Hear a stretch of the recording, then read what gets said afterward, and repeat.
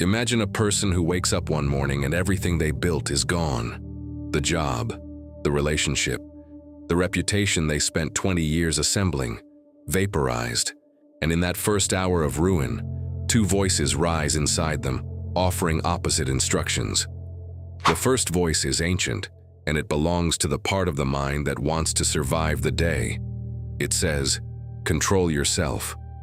Sort what you can change from what you cannot. Do not let the mind spin stories. Act with discipline, and this will pass. This is the voice Marcus Aurelius carved into his private journal 2,000 years ago, ruling an empire through war and plague by mastering the one thing he could master, himself. And for a while, it works. The person grips the wheel. They steady their breathing, they function. But Carl Jung spent his life watching what happens to people who only ever listen to that first voice. And what he found was disturbing, because the discipline that saves you on the first day is the very thing that can destroy you on the 1000th. The person who only knows how to control the feeling never learns what the feeling was trying to say. And the thing they refuse to feel does not leave. It goes underground. And from underground, it runs their entire life. Before we go further, understand what this is really about. This is not a case against discipline, and it is not a case against Marcus Aurelius. The capacity to control yourself under pressure is one of the most valuable things a human being can own, and Jung never denied it. What Jung identified was something far more precise and far more haunting. That discipline operates on one floor of the mind, and the wound that actually drives you lives on another, and no amount of control on the upper floor will ever reach the basement. Over the next several minutes, we're going to trace the two responses to suffering Jung mapped, why the one everyone reaches for first quietly fails, and the single sequence Jung believed a person has to follow if they want to be whole instead of merely composed. Stay until the end, because the final one is the operating system almost no one is taught, and it changes everything. Let's begin with the response the person reaches for first. Control. Jung understood the appeal of it completely. When suffering hits, the mind is flooded, and the fastest way to stop drowning is to grab the wheel. The disciplined response says, your anxiety is not caused by the event. It is caused by your judgment about the event. Change the judgment, and the panic loosens. Sort your worries into what you control and what you don't, and relentlessly release the second bucket.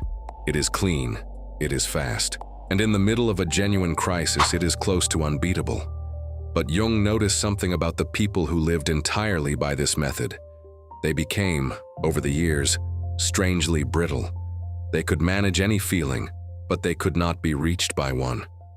They had learned to treat every disturbance as a problem to be corrected, rather than a message to be read. And Jung believed this was a catastrophic misunderstanding of what a feeling actually is. Because to Jung, anxiety was not noise to be silenced.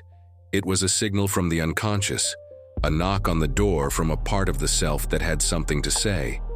And the disciplined person, every time the knock came, simply reinforced the door. This is the hidden cost of control as a way of life.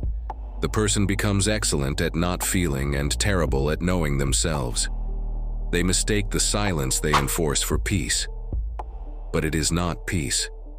It is a pressure building behind a wall they keep reinforcing.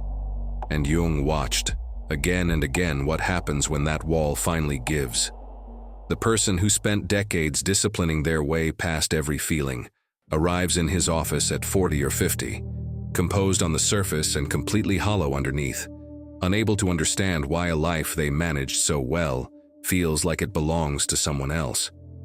If you recognize this, if you have become the master of controlling what you feel and a stranger to why you feel it, comment the word "descend" below.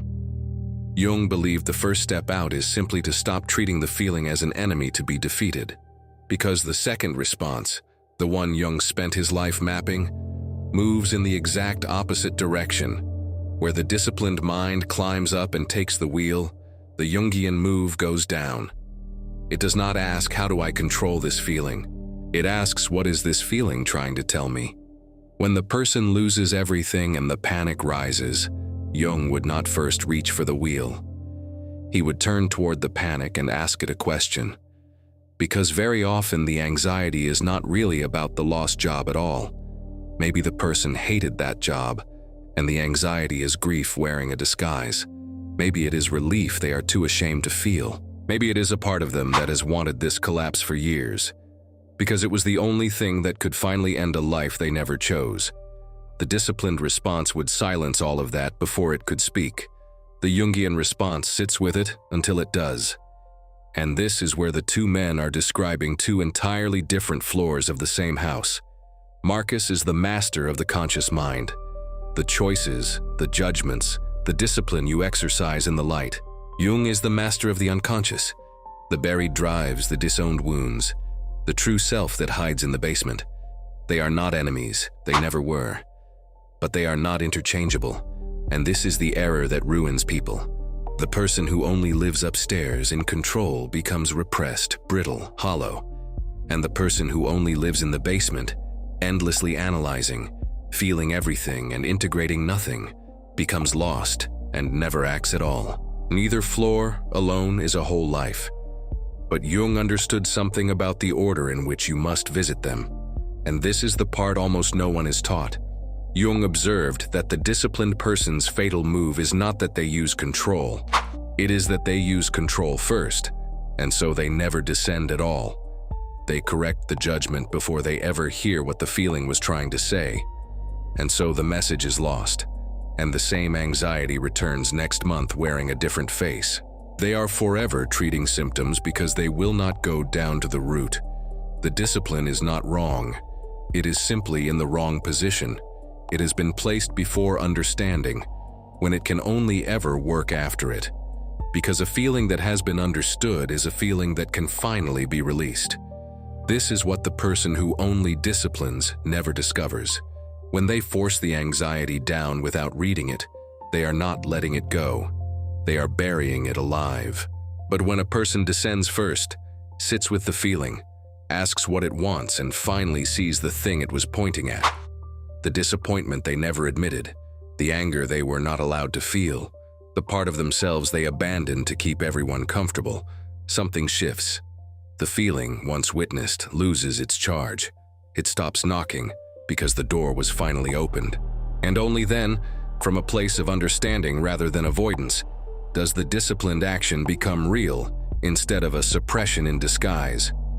Jung called the goal of this whole movement individuation, the slow assembling of the specific whole person you were always meant to become, and he watched the ones who managed it move through the world differently. They were not the people who felt nothing. They were the people who could feel everything and still choose. They had descended into their own depths, met what lived there, and come back up able to act, not to escape the feeling, but because they had already listened to it. Depth and discipline, in that order. Not one or the other, both, in sequence. Which brings us to the final thing, the operating system itself. Jung's insight was that a human being is built with two floors and must learn to live on both, in the right order. Descend, then discipline. When something disturbs you, go down first. Ask what the feeling is trying to tell you, what part of yourself you have been avoiding, what the disturbance is pointing at beneath the surface. Sit with it until it speaks. Understand it. Let it be witnessed. That is the descent, and it is the part the disciplined world skips, and it is why the disciplined world stays hollow. And then, only then, once you have heard the message and the charge has softened, rise back into action. Ask what is in your control here, and what the next right thing to do is. That is the discipline, and now it works. Because it is no longer burying anything, it is building on ground that has been cleared. Marcus understood how a person should act. Jung understood who a person actually is. And the suffering of most people, Jung believed, comes from a mismatch between the two, from trying to act their way past a self they have never met. The emperor's discipline and the psychiatrist's descent were never rivals. They were two halves of one whole. But the descent has to come first. because you cannot correctly act your way out of a message you have refused to read. And now, I need to speak to you directly. If you are the disciplined one, if you have learned to control every feeling, to sort your worries, to grip the wheel and function no matter what hits you, and somewhere underneath all that mastery, there is a hollowness you cannot explain, a sense that you are managing a life that does not quite feel like yours, then hear what Jung would have told you. Your discipline is not the problem. It may be the finest thing about you, but you have been using it too early. You have been reaching for the wheel before you ever went down, and listen to the part of you that keeps trying to speak through the very feelings you are so skilled at silencing. Go down there once before you correct anything. Ask the anxiety what it wants instead of ordering it to leave, and you will find that the feeling you spent your whole life controlling was never your enemy. It was the only messenger the buried part of you had left. Listen to it first, then act.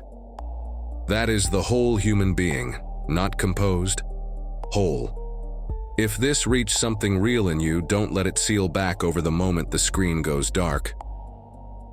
In the next video, I want to take you further into that basement, into what Jung discovered about the people who spend their entire lives searching for meaning and never find it, and why the ones who look hardest are so often the ones furthest from it. Because the person who only disciplines and the person who is lost are making the same mistake in opposite directions, and Jung understood exactly where to turn. I'll see you there.